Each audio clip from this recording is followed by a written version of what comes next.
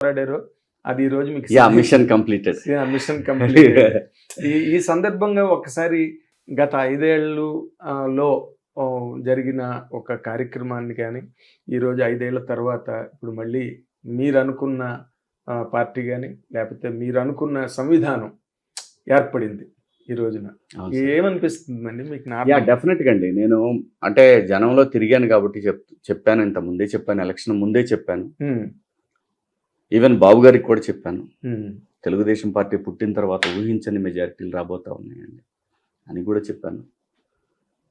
So ఏంటంటే ఇప్పటికి కూడా వైసీపీ క్యాడర్ అర్థం చేసుకోవాల్సింది ఏంటంటే, మీకు కులం ఇష్టమా, నిజంగా ఆ పార్టీ ఇష్టమా, ఇష్టమైతే మార్చుకోమని నాయకుడికి చెప్పటం అనేది ఒక బాధ్యత, మీ బాధ్యత. రాష్ట్రం ఇంపార్టెంటా, భావి తరాలు ఇంపార్టెంటా ఆలోచించుకోండి. నేను ఈరోజు అందరికీ ఒకటి క్లియర్గా వైఎస్ఆర్సిపిలో ఉన్న ఎమ్మెల్యేలతో సహా ఎంపీలతో సహా ప్రతి ఒక్కరికి విజ్ఞప్తి చేసేది ఏంటంటే, జగన్మోహన్ రెడ్డి గారికి ఏమీ తెలియదండి. తను నేర్చుకున్నది వ్యాపారం, ప్రజలు, పరిపాలన, భావితరాలు, వాళ్ళ అవసరాలు, ఇలాంటివి ఆయనకు తెలియదు.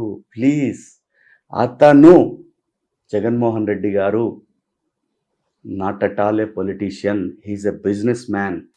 తను మీరందరూ గత 10 రోజుల నుంచి మీరంతా చూస్తూ ఉన్నారు, అంతకుముందు కూడా చెప్తా ఉన్నాం, అతను బిచ్చం వేసినట్టు వేస్తే వీళ్ళు పడి ఉంటారు, నాకు ఓట్లేస్తారు అనే భావంతో ఉన్నాడు. విద్యా వ్యవస్థను మార్చానంటాడు, డబ్బులు ఇచ్చానంటాడు, లేదంటే ఆంధ్రప్రదేశ్లో విపరీతమైన మటన్ షాపులు, మంగళ షాపులు, గొర్రెల పెంపకం, వీటితోటి అభివృద్ధి జరుగుతుంది అని చెప్తున్నాడు. ఇలాంటివన్నీ అసలు ఎలా, నేను అనేది ఒకటే, ఇంత కొలపిచ్చి ఉండకూడదండి, ఇంత కొలపిచ్చి ఉండకూడదు ఎవరికి కూడా. అది అమ్మోళ్ళైనా రెడ్లైనా ఎవరైనా ఇంత కొలపిచ్చి ఉండకూడదు. ఎవడికి ఏమీ చేయడు. ఇటువంటి పరిస్థితుల్లో అతన్ని గుడ్డిగా ఫాలో అవుతున్నారంటే మీరు మనుషులేనా? ఒకసారి మనం ఇప్పుడు ప్రత్యేక హోదా గురించి చంద్రబాబు నాయుడు గారు రాలా, విమర్శించా, నా బాధ్యత. నాకు చంద్రబాబు నాయుడు గారి కంటే రాష్ట్రం ఇంపార్టెంట్. కరెక్ట్ మాట్లాడారు మీరు, నాకు గుర్తు. నేను మాట్లాడాను, ఒక అడుగు ముందుకు వేసి ఎక్కువ కూడా మాట్లాడాను, పర్సనల్గా కాదు. రాజకీయ విమర్శలు చేశాను నేను. అదే చంద్రబాబు నాయుడు గారి మీద దాడి చేస్తా అంటే అడ్డంగా నిలబడ్డాను. ఎందుకంటే చంద్రబాబు నాయుడు గారు లాంటి వ్యక్తి రాజకీయాల్లో అరుదుగా ఉంటాడు, ఒక విజనరీ. అరుదుగా వస్తాడు. కొన్ని జనరేషన్స్కి ఒక వ్యక్తి అరుదుగా వస్తాడు. అలాంటి అరుదైన తెలుగు జాతి రత్నం ఆయన.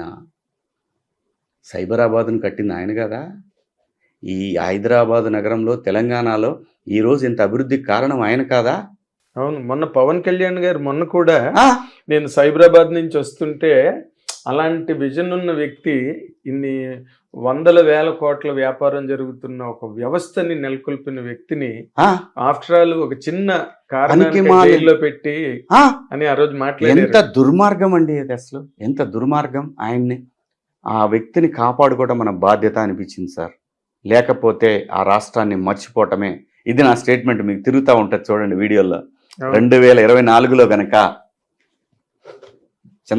చంద్రబాబు నాయుడు గారు అనే వ్యక్తి రాకపోతే ఇక ఈ రాష్ట్రాన్ని మర్చిపోవటమే అని చెప్పి అది ఒక వీడియో తిరుగుతూ ఉంటుంది మీకు చూడండి. అది 2020లో చేసింది అనమాట అది. ఎందుకంటే ఆయనకి ఏం తెలియదండి జగన్మోహన్ రెడ్డి గారికి. మళ్ళీ చెప్తున్నా, షర్మిల గారు అసలు కంపారిజనే కాదు, అసలు వాళ్ళిద్దరికి కంపారిజనే కాదు.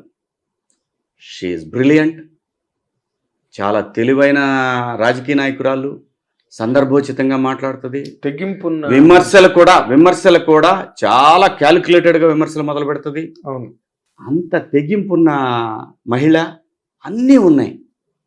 మరి ఆయన దగ్గర ఆమెలో ఉన్న దాంట్లో రవ్వంత కూడా లేదండి. ఒకటే టార్గెట్, ఎర్న్ మనీ, డబ్బు సంపాదన, విచ్చలవిడతనం. తనకు నచ్చిన వాళ్ళైతే ఇష్టం వచ్చినట్టు ఉద్యోగాలు ఏం చేశారు. 30,000 ఉద్యోగాలు, 60,000 ఉద్యోగాలు వేయించారంట.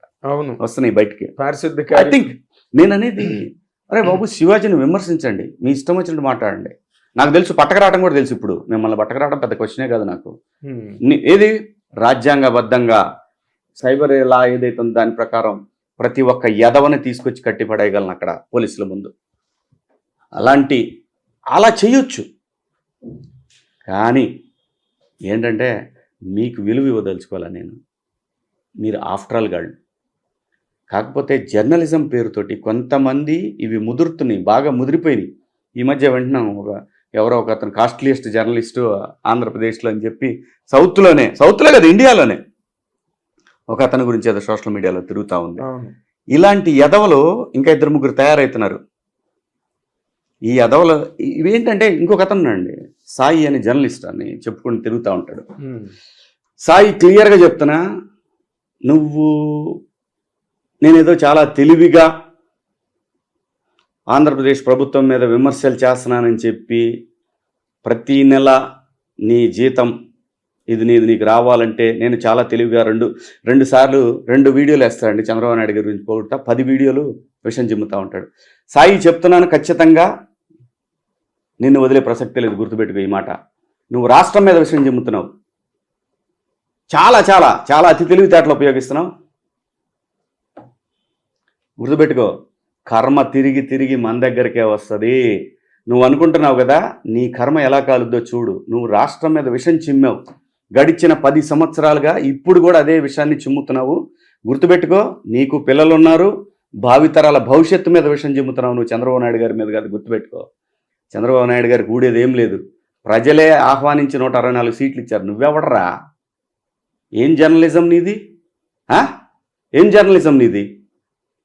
ఒక్కదాని మీద నీకు క్లారిటీ ఉందా? నీదంతా కూడా ఏంటి చెప్పిన సబ్స్క్రైబ్డ్ బేస్డ్. ఎందుకంటే వైసీపీ క్యాడర్ కావాలి, పవన్ కళ్యాణ్ గారి క్యాడర్ కావాలి, బీజేపీ క్యాడర్ కావాలి. ఏం తమాషా చేస్తున్నావా? నీ మీద కేసులు పెట్టడం 10 నిమిషాల పని, 10 నిమిషాల పని. మార్చుకో, మనిషిలాగా మారు. నీకు పిల్లలు ఉన్నారు. 5 కోట్ల జనాభా ఉన్న 6 కోట్ల జనాభా ఉన్న ఆ ప్రాంతంలో ఇప్పుడు మొదలైంది అసలైన పరిపాలన. ఇష్టం వచ్చినట్టు పేలితే మాత్రం సాయి ఖచ్చితంగా నీ బతుకు కూడా గుర్తుపెట్టుకో ఐటీ డిపార్ట్మెంట్లో ఉంటుంది. గుర్తుపెట్టుకో, నీ సంపాదన, నీ వ్యవహారాలు, నీ ఆస్తులు మొత్తం బయటికి తీస్తున్నారు. గుర్తుపెట్టుకో, వదిలేస్తారనుకున్నారా మీరంతా? మీ ఇష్టం వచ్చినటువంటి జర్నలిజం అని చెప్పి ఎర్నలిజం మొదలుపెట్టిన మీరు. కానీ ఏంటంటే నేను కేవలం మీలాంటి సన్నాసుల్ని టార్గెట్ చేసి ప్రజల్ని డైవర్ట్ చేయదలుచుకోవాలా. ప్రజలకు కావాల్సిన ఆంధ్రప్రదేశ్ అమరావతి, ఆంధ్రప్రదేశ్ భవిష్యత్తు, వీటి గురించి ఆలోచిస్తున్నారు. కానీ ఈ ఎదవలు చెప్పే సొల్లు గురించి ఎవడు ఆలోచించట్లా. ఉన్నారు 4 ఎదవలు ఉన్నారండి ఇంకెప్పుడు కూడా యూట్యూబ్లో. వాడు పొట్టు ఉంటాడు, పీడీటీవీ అని కనపట్లేదు, వాడి కోసం తిరుగుతున్నారు పోలీసులు. అంతా విషం అండి, అంతా విషం. డబ్బుతోటి అంటే ఇప్పుడు ఎలా యూట్యూబ్ కాదండి, ఇక్కడ కూడా హైదరాబాద్ బేస్డ్ యూట్యూబర్స్ కొంతమంది ఉన్నారు. మెయిన్ స్ట్రీమ్ ఛానల్స్ లో చేసిపోయి బయట టీవీ ఛానల్స్ యూట్యూబ్స్ పెట్టేసి ఉన్నారు, విషం చిమ్ముతా ఉన్నారు. గుర్తుపెట్టుకోండి, దేనికైనా ప్రకృతి చూస్తూ ఉంటది. మన కర్మ తిరిగి మళ్ళీ మన దగ్గరకు వస్తే గుర్తుపెట్టుకోండి. నిజాయితీగా నిజంగా ప్రజల కోసం పనిచేయండి, మీకు బ్రహ్మరథం పడతారు. లక్షల మంది వస్తారు సబ్స్క్రైబర్స్. ఇలాంటి సన్నాసి వా పార్టీలకి ఈ పార్టీలకి పెట్టేసి మధ్యలో మనం తమాషా చూస్తా సబ్స్క్రిప్షన్స్ కోసం ఏడిస్తే కష్టం. నాబొట్టోడి ఎవడిగా కాలిద్ది, తోలు తీసేస్తాడు. కానీ ఇప్పుడు జరుగుతున్న మార్పులు చేర్పులు చూస్తే మాత్రం చాలా ఆసక్తికరంగా ఉన్నాయి. ఎందుకంటే అనిత్ గారు, హోమ్ మినిస్టర్ అయిన తర్వాత అంతకుముందు పోలీసులు ఆవిడని అడ్డుకుని లోపలికి కూడా వెళ్ళనివ్వకుండా, అనిత్ గారు ఆవిడ మళ్ళీ అందరూ సెల్యూట్లు కొట్టి సహజం సార్, అదే చెప్తున్నా సార్. ఎప్పుడైనా సరే ప్రకృతి మనందరికంటే చాలా గొప్పది. అవును, ఎక్కడ దెబ్బతిన్నామో ఒకవేళ నిజాయితీగా ఉండి ఎక్కడైతే దెబ్బతింటామో మళ్ళీ తిరిగి నీకు కిరీటం పెడుతుంది ప్రకృతి. మమ్మల్ని ఎంత ఏడిపించారు సార్ హైదరాబాద్లో, ఎంత ఏడిపించారండి.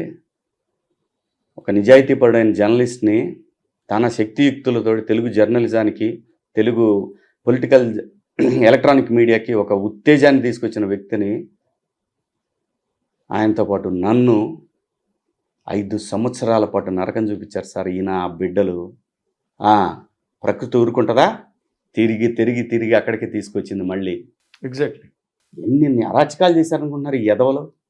ఎన్ని అరాచకాలు అనుకుంటున్నారు సార్? ఈ ఊళ్ళో నాకు ఇల్లు ఇచ్చేవాళ్ళు లేడు సార్, తెలుసా మీకు?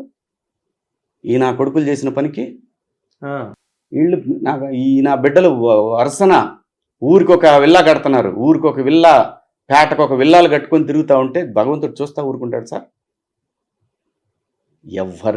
నేను చెప్తున్నా కదండి, మనం ఎవరినో మభ్య పెడుతున్నాం, భలే ప్లే చేస్తున్నాం అని చూస్తారు సరా, ఘోరమైన దెబ్బ తింటారు సార్ ఎప్పుడైనా సరే. అలాంటి దెబ్బే జగన్మోహన్ రెడ్డికి కూడా తగిలింది. అదే ఇప్పుడు లేటెస్ట్, నేను ఇలా భలే మేనేజ్ చేస్తున్నాను. పేదలకి పెత్తందారులకి పోరాటం అన్నాడు రిషికొండలో. ఏం కట్టాడండి? వాళ్ళ వీడియోలో చూడండి, ఎవరు యొద్దు. రోజా గంటకో మాట మాట్లాడారు మేడం, మొన్న కూడా మాట్లాడారు కదా ఆవిడ. మళ్ళీ నిన్న ట్వీట్, అది టూరిజం కోసం చేసింది కదా. మరి అంతకుముందేమో ముఖ్యమంత్రి గారు క్యాంప్ ఆఫీస్ కోసం మేము అక్కడ వైజాగ్లో కట్టామని ఆవిడ వీడియోలే, డైరెక్ట్ రికార్డెడ్ వీడియోస్ ప్రతి చోట. నిన్న తాడేపల్లిలో కూడా చూడండి, బజార్ ఆక్రమించేశాడు. పేదవాళ్ళందరినీ ఆ పక్కన కరకట్ట మీద ఉండే బకింగ్హామ్ కెనాల్ చుట్టూ ఉండే వాళ్ళందరూ మొత్తం లేపేశారు. అక్కడ ఇల్లు వేసుకున్న వాళ్ళందరినీ వేసేసి రోడ్డు వేస్తే వేసావు. ఆ రోడ్ల నుంచి ఎవరు నడవటానికి వెళ్ళలేదు. భయస్తుడండి. అంత భయం దేనికండి ఒక ముఖ్యమంత్రికి? హిట్ టీవీ యాప్ ని డౌన్లోడ్ చేసుకోండి. ఇందులో short news, live news, entertainment movies అన్ని అవైలబుల్ గా ఉన్నాయి. Please download hit TV app. Hit TV app ని ఫ్రీగా డౌన్లోడ్ చేసుకోండి. హిట్ టీవీ యాప్, ఇందులో short news, live news, entertainment shows, movies, digital magazines తో పాటు మీ జిల్లా వార్తలను కూడా ఫ్రీగా చూడొచ్చు.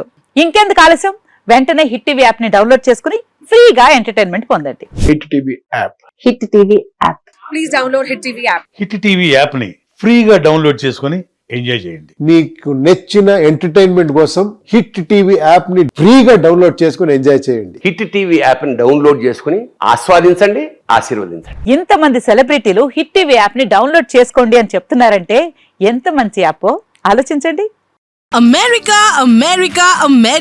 అమెరికాలో చదవాలనుకునే వాళ్ళకి విశ్వసనీయమైన పేరు మన శౌర్య కన్సల్టెన్సీ. UK లో 1 year masters, UK లో 1 year masters, 2 years work permit up to 5 years visa. Contact Saurya Consultancy. Contact 89851 89851.